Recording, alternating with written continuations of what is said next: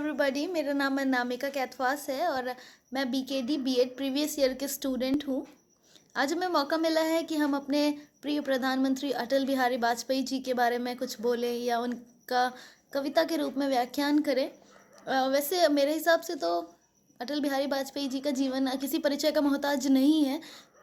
तो आज इन्हीं दो पंक्तियों से मैं अपनी कविता को शुरू करती हूँ कि अटल जी के जीवन का परिचय का मोहताज नहीं, वो आँखों में जिंदा है, क्या हुआ अगर वो आज नहीं, क्या हुआ अगर वो आज नहीं।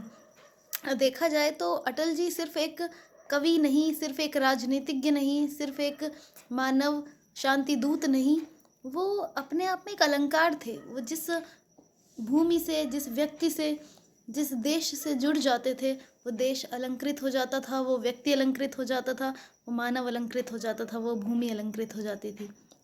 तो बस यही कहूँगी मैं कि तुम अलंकार परिभाषा हो, तुम अलंकार परिभाषा हो, तुम मानव जन की आशा हो, तुम मानव जन की आशा हो, तुम नव भारत के पोषक हो, तुम शोषणता के शोषक हो, तुम अंधकार में भरा उजाला, तुम अंधकार में भरा उजाला,